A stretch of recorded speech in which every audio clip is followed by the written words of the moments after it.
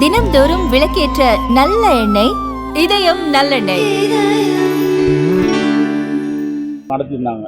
அதில் செல்லூர் ராஜு தமிழக முதலமைச்சரை பற்றி பொறுமையில் பேசுகிறாரு. என்ன அவர் இருக்கிறது தமிழகத்தில் உயர்ந்த பதவியில் இருக்கார். அவரை பற்றி பொறுமையில் பேசுகிறாரு. அதுக்கு யாருமே கண்டனம் தெரிவிக்க மாட்டாங்க. இதே போன வருஷம் இப்போ வந்தப்போ ஸ்டாலின் அங்கிள்னு சொன்னதுக்கு தமிழர்கள் உள்ள எல்லா அரசியல்வாதியுமே கொந்தளிச்சாங்க.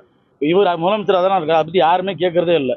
அந்த பொறுப்புக்கு ஒரு மரியாதை இருக்குது. அந்த மரியாதையை கொடுத்து கண்டிப்பாக அவர் பேசணும். அதுக்குரிய உரிய நடவடிக்கை சொல்லி நாங்கள் கமிஷனை போய் பார்க்குறோம்.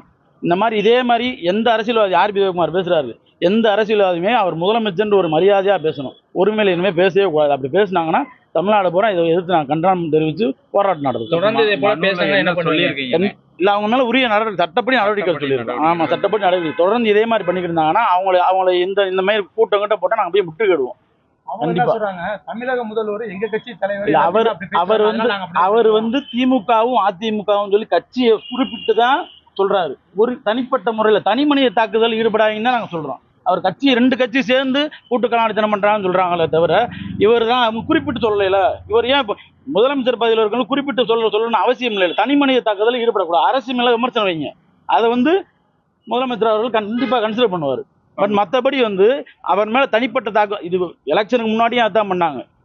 முழு நேரமும் தனி மனித தாக்குதல் தான் ஈடுபடுறாங்க. அதை செய்யவே கூடாது. மனுவில் எப்படி மரியாதை குறைவு, ஆமா, அவதூற என்னென்ன வார்த்தைகள் சேர்த்துருக்கீங்க? அதாவது அவரை பத்தி மனுவில் அவதூறா பேசியிருக்காங்க, ஒருமையில பேசியிருக்காரு. கண்டிப்பான முறையில் அவர் மேல நடவடிக்கை எடுக்குன்னு சொல்லியிருக்கோம். என் பேர் கணேசன். அதிமுக அபகரிச்சாங்கன்னா அவங்க கட்சிக்காரங்களை போய் அவங்க தானே கேட்கணும், ஏன்பா போறீங்க அப்படின்னு. அந்த தலைமை சரியில்லாம தானே அவங்க இங்க சேர்றாங்க. யாரையும் அழைக்கல, வலுக்கட்டாயம் யாரையும் கூப்பிடல, யாரையுமே கூப்பிடல. அவங்களோட தலைமை சரியில்லை. அதனால அந்த கட்சியை காலியாகி போய் அந்த விரக்தியில போய் வன்மத்தை போய் கக்க கூடாது முதலமைச்சர் மேல தனிப்பட்ட முறையில. என் பேர் கணேசன், வழக்கறிஞர்.